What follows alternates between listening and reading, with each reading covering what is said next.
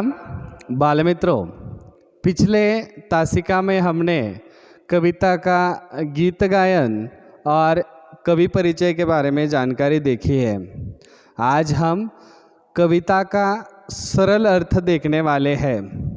फूल और कांटे कविता में कवि अयोध्या सिंह उपाध्याय इन्होंने फूल और कांटे के माध्यम से व्यक्ति के व्यवहार के विषय में बताया है। कवि अयोध्या सिंह उपाध्याय कहते हैं कि उच्च कुल में जन्मे व्यक्ति का दूसरों के प्रति व्यवहार यदि उचित नहीं है तो उसकी कुलीनता को समाज में सम्मान नहीं दिया जा सकता। यह फूल और कांटे के माध्यम से कवि ने हमें समझाया है। मैं कविता के पहले चरण का अर्थ आपको बताने वाला हूँ। हे जन्म लेते जगह में एक ही पौधा उन्हें है पालता, रात में उन पर चमकता चांद भी एक ही सी चांदनी है डालता। फूल और कांटा एक ही स्थान पर जन्म लेते हैं, एक ही पौधे पर वे दोनों पलते हैं। रात्रि के समय जब आकाश में चांद अपनी शीतल चांदनी फैलता है तब फूल और कांटा दोनों को एक समान रूप से वह चांदनी मिलती है।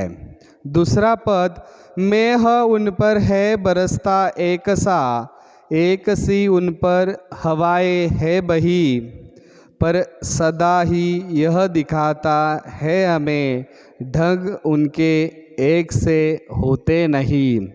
जब बादल पृथ्वी पर जल बरसते हैं तो दोनों पर समान रूप से बरसते हैं।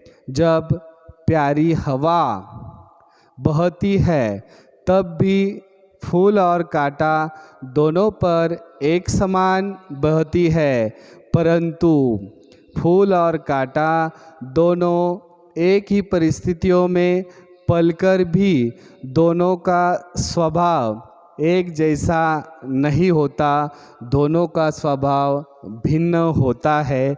यह कवि ने बताया है।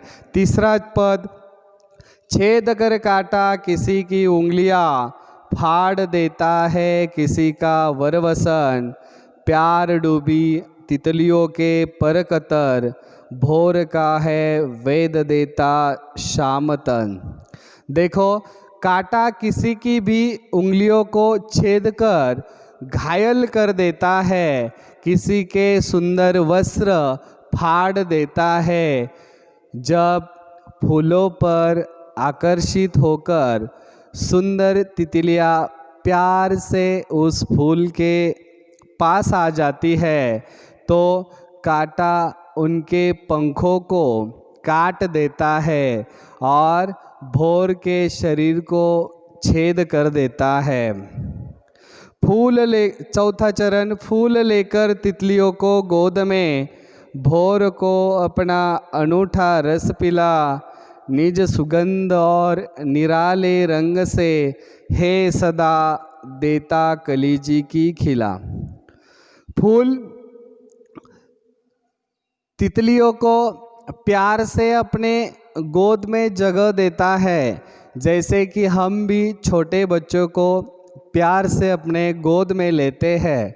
ठीक उसी तरह से फूल भोरों को अपने गोद में लेता है, भोर को अपना अनूठा रस पिलाता है, अपनी मदमाती सुगंध और रंगों की निराली छटा से सभी के मन को प्रसन्न कर देता है।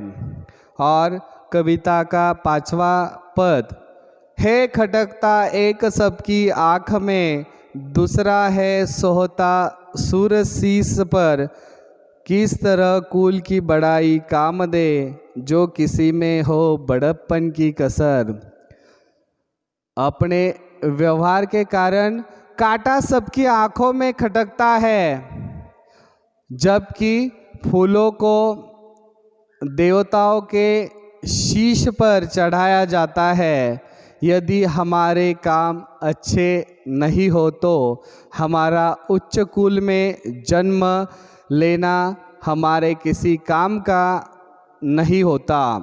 इसलिए कवि अयोध्या सिंह उपाध्याय इन्होंने फूल और कांटे के माध्यम से व्यक्ति के विषय के बारे में जानकारी हमें दी हुई है।